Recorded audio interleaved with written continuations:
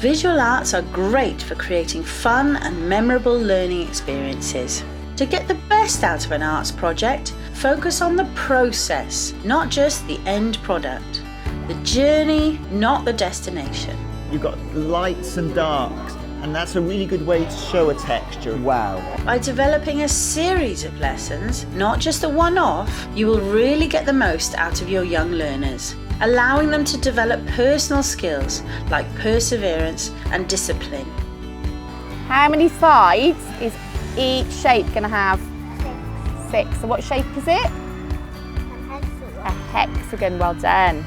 In early sessions, you might teach key art techniques, such as colour mixing and sketching, or experiment with different materials.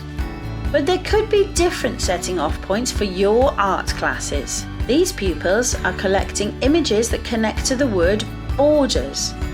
This sparks a creative journey that can achieve exciting results, like these abstract art pieces, creating a sense of discovery rather than only having an end product in mind. Further lessons would give more time to the learners to plan and develop a piece that develops their ideas.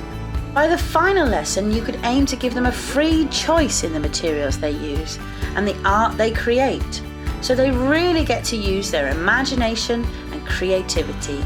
This ensures that their work is their own and celebrates originality and individuality. So you've got the dark tones and now you're putting lighter tones in. Excellent. If you have a gallery area in your class, your learners can choose which element of the work they wish to display. You can encourage them to choose work from the development and exploration stage if they have particularly enjoyed those parts of the project.